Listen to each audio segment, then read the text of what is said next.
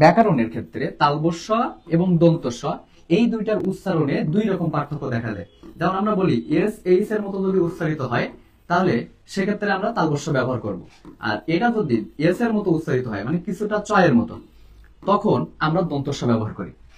কারণ এই দুটা উচ্চারণের বাইরে আমরা দেখতে পাচ্ছি এখানে হচ্ছে মূর্ধন্য স, এই যে মূর্ধন্য, এই মূর্ধন্য স্বয়ের যে উচ্চারণটা সেই উচ্চারণটা হচ্ছে তালব্য স্বয়ের মতো। কিসের মতো? তালব্য স্বয়ের মতো। এখন আমি মুখে উচ্চারণ করলাম আষাঢ়, আষাঢ়। এখন এই যে আমি আষাঢ় শব্দটা উচ্চারণ করলাম, আষাঢ়ে বানানটা একটু খেয়াল করি, এই এখানে আছে কি মূর্ধন্য স।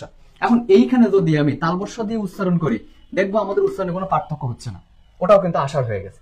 তাহলে ধ্বনি, যেহেতু ধ্বনি, ধ্বনি কি করতে হবে? মুখে উচ্চারণ করতে হবে। তাহলে মুখে উচ্চারণ করার সময় আমি তালবস্য উচ্চারণ করতেছি নাকি মূর্ধন্য স উচ্চারণ করতেছি এটা কিন্তু কেউ দেখবে না।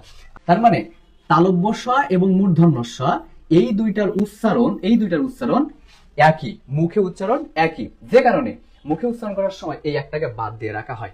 এই কারণে উষ্ম ধ্বনি, ধ্বনি বলা হচ্ছে তিনটা।